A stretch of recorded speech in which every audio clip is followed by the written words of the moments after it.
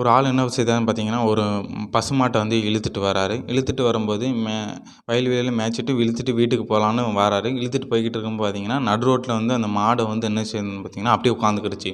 உட்காந்துக்கிட்டு இழுத்து பார்க்காரு. அப்போ பார்த்தீங்கன்னா, அந்த மாடு வந்து நகரவே மாட்டுக்கு அப்படியே இருக்குது.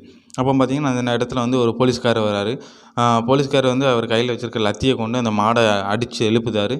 டக்கு டக்குன்னு அடிக்காரு. அந்த மாடு வந்து நகரவே மாட்டுக்கு அப்படியே அந்த நடு ரோட்லேயே அப்படியே உட்காந்துருக்கு. அதுக்கடுத்து பார்த்திங்கன்னா 2வது ஆளாக ஒரு பைல்வான் வராரு. நல்லா அவர் சாம்பியனாக இருக்கார். ஒரு போட்டியில் வந்து ஜெயிச்சுட்டு அப்படியே ஜம்முன்னு வராரு. வந்தோடனே பார்த்திங்கன்னா அந்த மாடை வந்து தூக்கி பார்க்காரு. 3 பேரும் சேர்ந்து தூக்குறாங்க. அந்த மாடோட ஓனரு, அதுக்கடுத்து அந்த போலீஸு, அடுத்து அந்த பைல்வான் 3 பேரும் அப்படியே தூக்கி அங்கிட்டு ஓரமாக வைக்காங்க. ஆனால் நவ்வலே மாட்டுக்கு என்ன தான் செஞ்சு பார்க்குறாரோ அந்த மாடை வந்து அவரால் நகர்த்தி கொண்டு போக முடியலை. அப்போ 4வது ஆளாக யார் வர்றான்னு பார்த்தீங்கன்னா, ஒரு குல்ஃபி வண்டிக்காரர் வர்றாரு. அதாவது ஐஸ் வண்டிக்காரர் வர்றாரு. அவர் வந்து அந்த குளு குளுன்னு ஐஸை காமிச்சு கொடுக்காரு, கூழ்மைப்படுத்துதார். அப்பவும் அவரால் அந்த மாட்டை வந்து நகர்த்த முடியலை, அப்படியே தான் இருக்குது.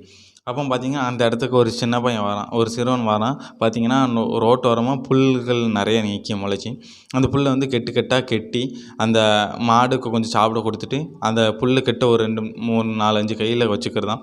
வச்சுட்டு அந்த மாடை அப்படியே காமிக்காங்க. அப்படியே காமிச்சோன்னா அந்த மாடு வந்து அப்படியே எஞ்சி வருது.